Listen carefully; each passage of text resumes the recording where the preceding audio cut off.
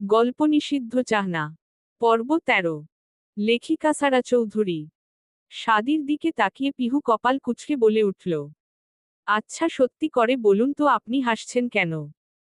পিহুর কথায় সাদি নিজের ঠোঁটে চেপে রাখা হাসি লুকিয়ে ফেলল, নিমিষেই গম্ভীর হয়ে গেল আবার। তারপর গম্ভীর কণ্ঠেই বলল, চোখের ডাক্তার না আমি, হার্টের ডাক্তার, নয়তো তোর ভুল ভালো দেখা আমি ঠিক করে দিতাম স্টুপিড। সাদির কথা পিহুর সন্দেহ কাটল না, তবে এটা শিওর যে সাদি তাকে আর মারবে না। যেহেতু কাগজ কলমে চুক্তি করে নিয়েছে, তবে প্রশ্ন হলো ছবি আর ভিডিও কেন করল? প্রমাণ রাখার জন্য। আচ্ছা প্রমাণ যদি রাখার হয় সেটা পিহু রাখবে, সাদি কেন রাখল? পিহু আবারও কপাল কুঁচকে সাদির দিকে তাকালো। সাদিও তার দিকেই তাকিয়েছিল এতক্ষণ। পিহু তাকাতেই চোখাচোখি হয়ে গেল দুজনের। পিহু চোখ সরিয়ে নেয় সাথে সাথে। পিহু সাদির দিকে না তাকিয়ে বলে উঠে, একটা প্রশ্ন করি আপনাকে। হয়ে গেছে। মানে হো। একটা কথা জিজ্ঞাসা করা হয়ে গেছে। আচ্ছা দুটো প্রশ্ন করি আপনাকে। হয়ে গেছে। ধুর। পিহুর রাগ উঠল। সিরিয়াস সময়ে মানুষ এভাবে মজা নেয় নাকি? পিহুর রাগ দেখে সাদি মনে মনে হাসল। এতদিন মেয়েটাকে ভালো করে দেখে নি সে। তবে জ্বর থাকাকালীন 3 দিনে মেয়েটাকে খুব করে দেখেছে। পিহু রাগী কণ্ঠে সাদির দিকে তাকিয়ে বলে উঠল, রাগাবেন না। আমি রাগালাম কখন? আচ্ছা সত্যি করে বলেন তো আপনি ওই ছবি তুললেন কেন? কোন ছবি? সেলফি।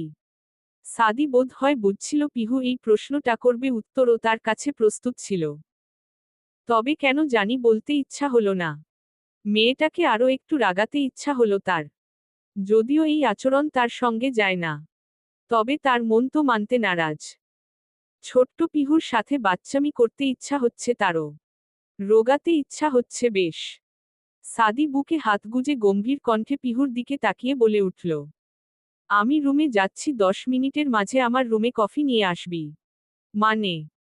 চোখের সাথে কানের ডাক্তারও দেখিয়ে নিব, সমস্যা নেই, কফি নিয়ে আই। পিহুর রাগ উঠল বেশ। কথায় কথায় অপমান সহ্য করা যাচ্ছে না। পিহু রাগী কণ্ঠে বলে উঠল, পারবো না। কি বললি? সাদি বেশ রাগী কণ্ঠে কথাটা বলে উঠে, না মানে মাত্রই তো দুপুরের খাবার খেলেন আর এখন কফি খাবেন? খাওয়ার রুটিন হয়তো তোর কাছ থেকে শিখা লাগবে না। ঘড়ির টাইম ধরে 10 মিনিট, তার মধ্যে আমার রুমে কফি সহ তোকে চাই। আমাকে চাই মানে? সাদি প্রসঙ্গ বদলাতে কঠিন কণ্ঠে বলে উঠে, এক চড় দিব স্টুপিড, যা বলেছি তাই কর। মাত্র কিন্তু চুক্তিতে সিগনেচার করেছি, আপনি আর আমাকে মারবেন না।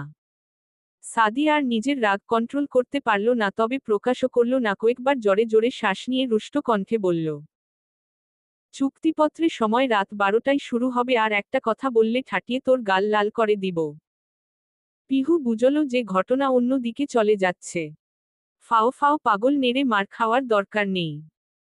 ওর চেয়ে ভালো জাবলেছে শুনি অন্তত আমার রুম থেকে বের হোক, তারপর আমি রুমে ঢুকে রাত 12টার আগে আর বোম ফেললেও বের হব না। পিহুকে চুপ থাকতে দেখে সাদি আবার বলে উঠল, টাইম শুরু হয়ে গেছে। যাচ্ছি তো আজব। পিহু মনে মনে সাদিকে উদ্ধার করে দিতে দিতে রুম থেকে বেরিয়ে গেল। রাগ হলো তার। সে বেশ ভালোই বুঝেছে সাদি ইচ্ছা করে রাগাচ্ছে তাকে। রাগাক না, রাত 12টার পর থেকে তারও দিন শুরু হবে। সেও নাবিলের সাথে ঘুরে ঘুতে তাকে রাগাবে। নিজের মনে একা একা বিড়বিড় করতে করতে রান্নাঘরের দিকে চলে গেল। পিহুর চলে যাওয়ার দিকে তাকিয়ে দরজার চৌকাঠে হেলান দিয়ে বুকে হাত গুজে সাদি বিড়বিড় করে বলে উঠল, বড্ড বোকা তুই সুইটহার্ট। আমার কথাগুলো কি সুন্দর বিশ্বাস করে নিলি? তবে সরি রে, এই প্রথম কোনো মিথ্যা আশ্বাস দিলাম তোকে। তবে এই মিথ্যার জন্য যদি তোকে নিজের করে পাওয়া যায়, তবে আমি সাদি বার বলতে চাই। ফাইজ বিছানায় বসে পা দুলাচ্ছে আর দাঁত দিয়ে নখ কাটছে। ঈশানের সাথে কথাকাটি হচ্ছে তার। এক পর্যায়ে ঈশান বলেই ফেলল, তুই জানিস আমরা কিছুদিনের মধ্যে চলে যাব, তার আগে আমার সব সম্পত্তির ভাগ নিয়েই যাব। তো ভাই তোমরা তোমাদের সম্পত্তি নাও না, আমার কি? তুই বোঝার চেষ্টা কর একটু। কি বুঝবো? আমরা যে কাজ করতে এসেছি সে কাজ হয়ে যাক, তারপর তোর কাজ তুই মিটাস। আমার ভালো লাগছে না। বিয়ে তো করবি না? তাহলে অপেক্ষা কর, আমার সবকিছু মিটে যাস, তারপর মনের সুখে একদিনের জন্য উপভোগ করিস, পরের দিন দেশ ছাড়ব। ফাইজ ঈশানের দিকে টেরা চোখে তাকিয়ে বলল, সত্যি বলছো? হুম, সত্যি। কত দিন লাগবে? এই তো কালকেই বলবো। আর না মানতে চাইলে ফোর্স করব। বলেই ঈশান হাসল। ঈশানের সাথে ফাইজও হাসল। ফাইজ জানে ঈশানের মাথায় সকল ধরনের খার্সপ বুদ্ধি ভরা। ঈশানরা দুবাইতে চলে যাচ্ছে, কিন্তু যাওয়ার আগে তার সকল সম্পত্তির ভাগ নিয়ে যাবে। এক চুল পরিমাণ ছেড়ে দেওয়ার মন মানসিকতা তার নেই। ফাইজের বিয়ে ঠিক হয়েছে দুবাইয়ের একটা মেয়ের সাথে, সেখানের স্থানীয়। সেজন্য তারা এবার সেখানেই থাকবে। তবে আজ পিহুকে দেখে ফাইজ এক ছোট্ট আবদার করে বসেছে। তবে এখন তা পূরণ করা অসম্ভব। কারণ এখন পিহুর কোনো ক্ষতি হলে তাদের সবাইকে জেলে যেতে হবে। ওর চেয়ে ভালো যাওয়ার আগে ফাইজের ইচ্ছাটা পূরণ করবে। আর যদি পারে নিজেও। তাদের এই নোংরা মন মানসিকতা চার দেয়ালের ভিতরেই আবদ্ধ থাকলো, বাইরের একটা মানুষও জানতে পারল না। একটা নিষ্পাপ ফুলকে নষ্ট করার কত নির্মম খারাপ কথা ভেবেছে। নিজের আপন বোনের মতো মেয়েটাকে নোংরা নজরে দেখেছে। বাইরের পিচ্ছি পিহু ঘুণাক্ষরেও বুঝতে পারল না ঘরের ভেতরের দুজনের জঘন্য ইচ্ছার কথা। পিহু কফি সাদির হাতে দিয়ে মাথা নিচু করে দাঁড়িয়ে আছে। রীতিমতো ভয়ে কাঁপছে সে। যেই ভয়টা করেছিল সেটাই হলো। সাদি কফির কাপটা বেড সাইড টেবিলের উপর রেগে ঝাঝালো গলায় বলে উঠল, তোর মন সব সময় কই থাকে? কমন সেন্স আছে তোর মাঝে? পিহু মাথা নিচু করে রইল, তার বলার মতো কিছুই নেই। বলার ভাষাও নেই। পিহুকে চুপ থাকতে দেখে সাদি আবারও বলে উঠে, তোরে কতবার বলেছি অচেনা বাইরের মানুষের সামনে মুখ ঢেকে রাখবি, আর তুই কি করলি? পুরো চুল খুকে দেখিয়ে বেড়াচ্ছিস। ভুল করে পড়ে গেছিল। পিহু মিনমিনিয়ে বলে উঠে। পিহুর এই ছোট্ট কথা এতক্ষণ রাগ কন্ট্রোল করে থাকা সাদি নিমিষেই প্রচণ্ড রেগে গিয়ে পিহুর গাল চেপে ধরে। পিহু ব্যথায় আর্তনাদ করে ওঠে। চোখ দিয়ে পানি চলে আসে। পিহুর মনে হচ্ছে তার গালের চামড়া ছিঁড়ে সাদির হাত ভিতরে ঢুকে যাবে। সাদি তেজি গলায় বলে ওঠে, ভুল করে পড়ে গেল তো তুলিসনি কেন তুই? মানুষকে দেখিয়ে বেড়াতে খুব ভালো লাগে নাকি? ওরে তোর পছন্দ হয়েছে কোনটা? পিহু সাদির হাত ছাড়ানোর চেষ্টা করতে থাকে। খুব যন্ত্রণা করছে তার মুখে।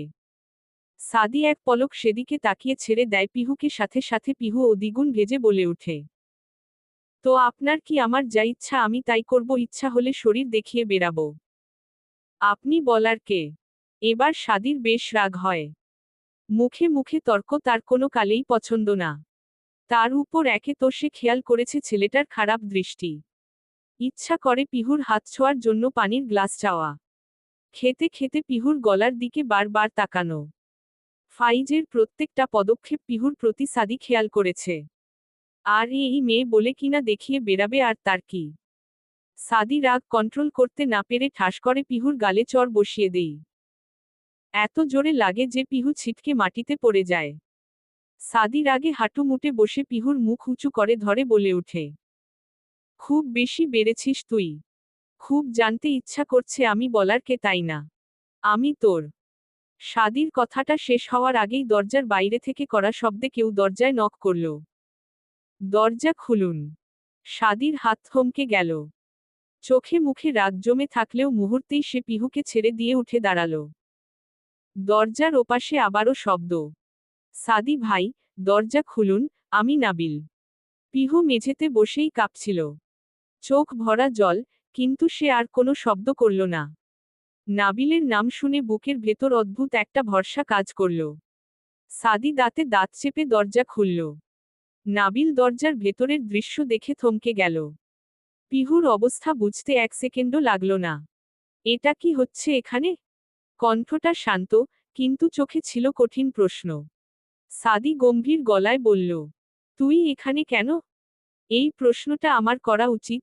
নাবিল এক পা এগিয়ে এসে বলল, পিহু ঠিক আছে তো? পিহু ধীরে মাথা নাড়ল, কিন্তু তার চোখের পানি কথা বলছিল। নাবিল আর কিছু বলল না। সে নিজের ফোন বের করে বলল, আমি নিচে যাচ্ছি। মাকে সব বলবো।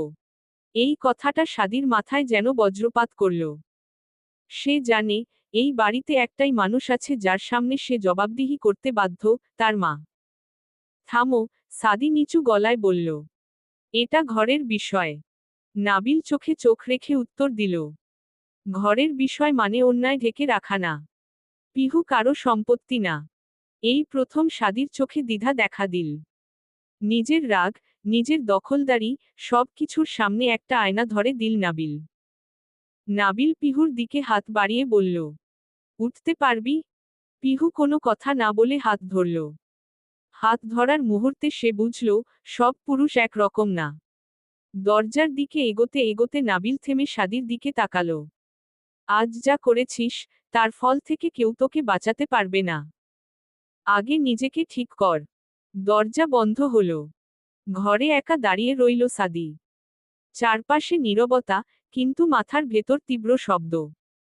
প্রথমবার সে বুঝল, ভয় দেখিয়ে কাউকে নিজের করা যায় না। আর অন্যদিকে, পিহু জানল, চুপ করে সহ্য করাই সব সময় বুদ্ধিমানের কাজ না। চলবে।